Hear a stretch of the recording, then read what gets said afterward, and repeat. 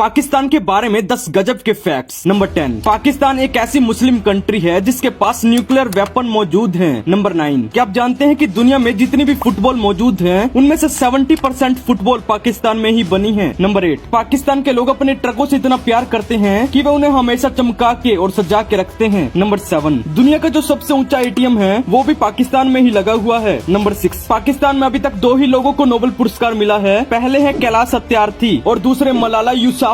Number 5, Pakistan का सबसे बड़ा नोट 5000 रूपए का है जो इंडिया के 1400 रूपए के बराबर है। नंबर 4, पाकिस्तान भी एक ऐसी कंट्री है जहाँ हिंदू, मुस्लिम, सिख, ईसाई एक साथ रहते हैं। नंबर 3, पाकिस्तान की नेशनल लैंग्वेज उर्दू है लेकिन सिर्फ 7% पॉपुलेशन ही इसे बोलती है। नंबर 2, पाकिस्तान में गणतंत्र दिवस 23 मार्च को मनाया जाता है जिसे पाकिस्तान डे भी कहते हैं। नंबर 1, दुनिया का सबसे पहला कंप्यूटर वायरस 1986 में पाकिस्तान के 2 भाई बासित और अमजद फारूक अलवी ने बनाया था।